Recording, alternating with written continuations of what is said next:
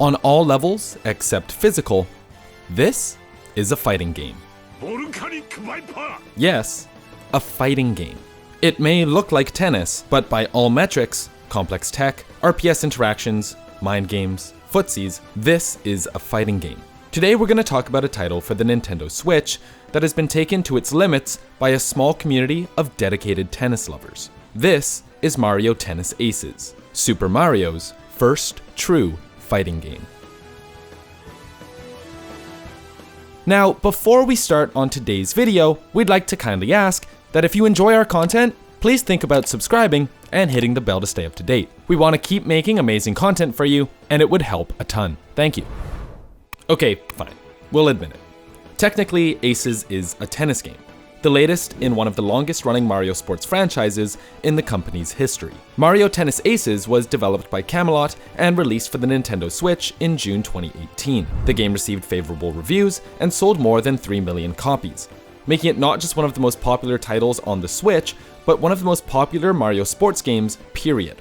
The only game that sold better than it is Mario and Sonic at the Olympics. As with most Mario sports titles, the basic rules of the original sport are kept intact. Serve the ball over the net, one bounce to return, miss the ball or hit it out of bounds, and your opponent gets a point.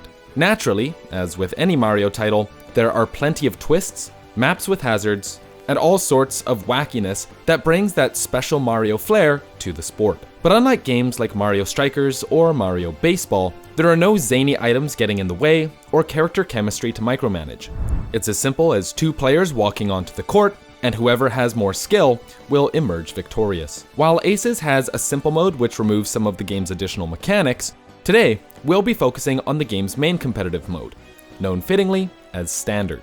Usually standard singles is, or at least for the majority of the scene, is seen as the premier mode. It's what the devs bounce around, and it's the one that's most marketed, so that's usually the one that we play the most. The Mario-style twist in this mode is the addition of a meter mechanic. Just like you might see in Street Fighter or Guilty Gear, players can fill up their meter in order to enhance their shots or perform a super shot, a juiced-up special that has the ability to straight-up kill your opponent. Well, maybe not kill, or at least break their racket. You see, since it's technically a tennis game, characters don't have a health bar, but your racket, on the other hand, does. Returning trick shots without proper timing will cause damage to your racket, and if it takes enough damage, the racket can be destroyed completely. In the base game, if your racket gets destroyed, you automatically forfeit the rally. You only had a finite number of rackets you could take per game, and if you ran out of extras, the game would end regardless of the score, and whoever ran out of rackets would lose. So you have two types of shots that can damage rackets. You have zone shots, which cost about 25% meter. You jump up in the air and do a precise aiming with the gyro on the controller. Then if they get to the ball and try to hit it, they have to time it correctly or they will lose 1 health off their racket. There's a big version of this, which is your super. You need your full bar to use it. It costs 60%. You also direct aim this, but it goes a lot faster. It's often like a 3-frame window to block this shot, and if you miss it, it just breaks your racket. Top players quickly recognized the strength of breaking your opponent's racket, which allowed you to effectively ignore the score if you could reliably destroy your opponent's racket. As a result, the community came together and changed the rule set, enabling infinite rackets. While this removed racket destruction as a win condition, it still remains very much a part of the game because breaking your opponent's racket will end the rally and give you the point. Along with attacking the opponent's racket, gameplay in Aces is fairly similar to real-life tennis. Is your opponent playing close to the net? Lob the ball over their head. Are they hugging the baseline? Hit a drop shot just barely over the net to test their speed and reactions. On top of choosing shots based on your opponent's positioning, there are also 3 types of shots you can perform in Aces: topspin, slice, and flat shots, represented by a red, blue, or purple tail coming off the back of the ball. Each shot will bounce differently and can be effectively returned using a corresponding counter shot. Slice beats topspin, topspin beats slice, and flat beats flat. I'm sure the fighting game parallels we made earlier are starting to make sense. Though it's not the age-old fighting game RPS of block beats hit, grab beats block, and hit beats grab, the core concept is the same. Players in Aces have to learn how to respond to their opponent's options and play in layers and layers of mind games. Then, on top of that, there's the most obvious fighting game parallel, which is meter management, a core mechanic in Aces which separates the good players from the greats. I would say the meter management in standard mode is really, really like a fighting game. You have a lot of ways to gain meter, specifically with trick shots. You have a lot of ways to spend meter. Zone speed is kind of like faultless defense mechanic, if you're familiar with like Guilty Gear, to where it's more of a defensive way to use meter. Does he have enough meters? No, not quite. Between meter usage, trick shot counters, and constantly repositioning, top-level play in Aces quickly reaches something akin to bullet chess, where decision-making and reactions take place in a matter of split seconds. When you are hitting the ball, like when the ball is coming towards you, I consider that the offensive phase, and when the ball is going towards your opponent, that's the defensive phase. Realistically, after you hit the ball, before you even see what they're doing, you're in the defensive position, you're the one putting yourself in the right spot to answer what they're doing. After they hit the ball, you have all the information you need, and you're now preparing your offense, predicting where they're going to go and how to abuse them for doing that. In addition to all the familiar fighting game mechanics, Aces rewards players' skill possibly more than any other Mario sports game.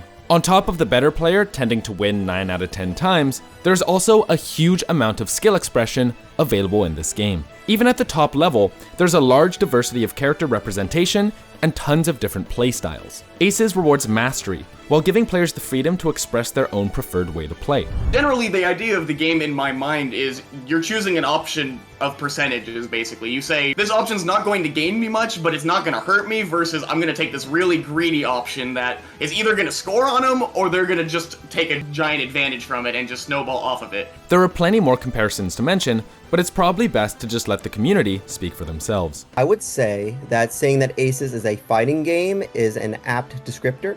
I do think that that fits Aces to a T. There are a lot of fighting game aspects that I feel that Aces fits, such as being able to space out where you are on the court in order to reach certain shots, reading your opponent's movement, and being able to counter the type of shots that they hit. I only played Mario Tennis first, but since because of it, I actually got into games like Smash and other fighting games, and the parallels are actually really astonishing to me. There's a lot of very similar things going on, especially in standard singles. I would actually just straight up call it a fighting game. You got meter management, you got option selects, you got rock, paper, scissors situations. There's a lot of very similar things. Oh, uses way too much meter on that trick shot. Now they're both at 0. Oh, I Gets sliced it. down the center. Wow. Despite all the clear parallels, with one of the biggest esports genres in the industry, it's unclear just how much of this competitive potential was intended at the start. Aces released without a spectator mode, tournament mode, or even ranked play. Because at the start of the game in June, you would have top players in the world playing against the worst players, like literally just got the game day one. So the rating change was a huge thing that happened online. Just like most Nintendo esports, it was up to the community to rally together if they wanted to compete. At the time of release, and not until January of 2019, there was no spectator mode. So if you wanted to stream a match, you needed to go into the lobby that the players are playing, and you had to leave it up to chance, as an RNG mechanic in the lobby system would choose the 2 players that would be playing. So you might even have to wait longer to play a game because the wrong 2 players are set to play the match because one of them is the streamer and the other one is the competitor. The game's early balance was also reminiscent of other Nintendo titles, with unclear patch notes and a general lack of communication. So for a while, when the game first came out, they did not plan to have balance patches at all, and so all the reviewers were complaining about poor balance on the part of Bowser Jr. and Waluigi. They said in the patch, in the July patch, I think this is like, we're going to update the character strength at some point. And so August was the first actual balance patch, which like for a new game, not having a balance patch for 2 months in such an unbalanced state is pretty bad, but we were able to pull through it. And so luckily, the game got a lot more fun once Bowser Jr. and Waluigi got nerfed. That said, Aces has still received much more than most Nintendo communities could ever hope for. The game was patched frequently in its first year, and as a result, the meta is fairly stable, with no one being too overpowered. But beyond balance patches and additional features, Aces has received virtually no competitive support. There have been a few Nintendo vs. Online tournaments, with prize pools consisting of Nintendo currency, and the top-ranked player on the Japanese ladder got a polo shirt, which was cool, I guess. But it really shouldn't come as a surprise that the Aces community has had little interaction with either Camelot or Nintendo regarding tournaments or prizes. Regardless, the Aces community is still going strong, with active Discord supporting online play across the world in the United States, United Kingdom, Japan, France, Germany, and even Taiwan. The game is likely in its final form, as Camelot has moved on to release Mario Golf Super Rush in mid-2021. This means that there will likely be no new balance patches ever coming out, and from here on, it's going to be up to the community to develop the meta themselves. For anyone who wants to get into fighting games and understand the fundamentals of the genre without needing to deal with intimidating combo trees or technically demanding inputs, it might come as a surprise that a Mario Tennis game could be a good starting point. But regardless of what it looks like on the outside, the mechanics and interactions that make up the beating heart of this game cover much of the fundamentals you would expect from a game like Street Fighter or Tekken. Like all Nintendo properties, if Aces had developer support, it could have really shone as an esport. But regardless, the game's community is dedicated to pushing the game forward, and there's plenty to be hopeful about for the future of the series. I'd say that with Mario Strikers on the way, we hope that next level games that Nintendo actually takes a bigger step into that esports space and making it more exciting for the players that choose to play that game as well. This video is made possible thanks to our wonderful patrons. Massive thank you to everyone on this list, and shout out to Jason B, Brendan, QB, Foxy, Mauve, Pachanas, Pin, Sierra, Shampoo, Spartacus, Tommy, and Yashichi for being Platinum supporters. And an extra special shout out to Steven, Noodles, and Marco for being Diamond supporters. We really appreciate it. If you want to talk to us, check out our Discord. If you want to support our channel and get info on unreleased videos, check out our Patreon. If you want to help us out in a different way, leaving a like, subscribing, and hitting the bell to stay up to date is also appreciated.